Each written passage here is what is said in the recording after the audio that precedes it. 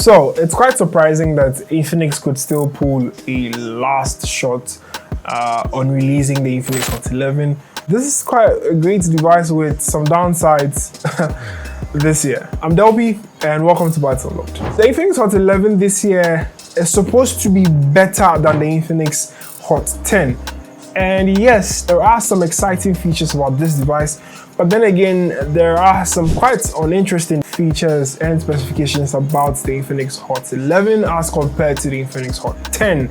Now let's start off with the display for both devices. Now this is a 6.82-inch display, which is quite bigger than the Infinix Hot 10, and this gives you an IPS LCD display, same for the Infinix Hot 10, but then this beats the Infinix Hot 10 by having a 90 Hz refresh rate. That is quite cool because it's 2021 and refresh rates are almost a thing on every smartphone, so yes, it's quite cool to have. Now another selling point for the Infinix Hot 11 is the fact that it has 50 megapixel camera sensor, which is known to take very good images in terms of the camera department. The Infinix Hot 10 came with a 16 megapixel main camera shooter, which doesn't do so much. It doesn't match up to the level at which the Infinix Hot 11 would do.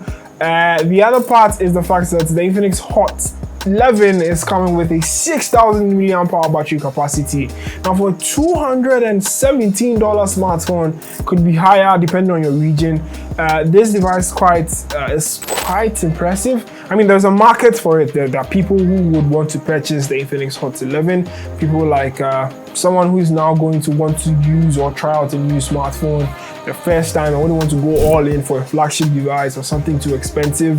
The Hot 11 could be a good get, but here is the downside. This device still comes with a micro USB, and Infinix, I'm hoping that this would be your last device with a micro USB on there.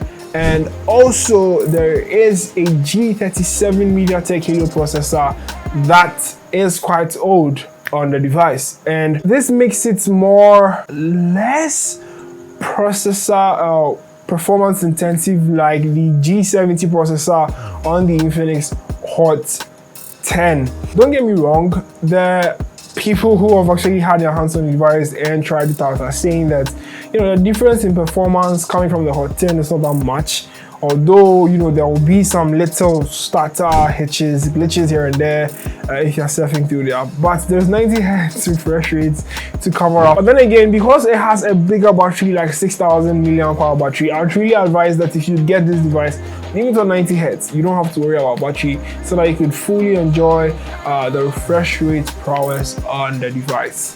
Is it a good get? Who deserves to use such a device? Now, in terms of photography, it's okay. For somebody who is starting off with using a smartphone that would kill it on the photography game, I mean, it's okay. In good lighting conditions, it should probably do well. Bigger battery, 6,000 milliamp-hour battery capacity, definitely a very big thing. 90 Hz refresh rates, like I keep on mentioning, a good thing as well. But then again, micro USB and G37 would actually hit down and low, because I mean, 6,000 milliamp-hour battery capacity, you should actually get a fast charger to juice it up really quick, because if you're using a micro USB charger, that would take a longer time to charge the device. Anyways, it's still a good device, and if you're willing to get it, I won't stop you from getting it.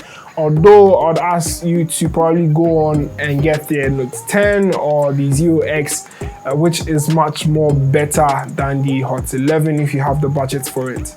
Anyway, I'm DELPPY. This has been my thoughts on the Infinix Hot 11 and whether or not if it's a good device. I mean, you can tell from now that the video has ended. Stay safe. Peace out.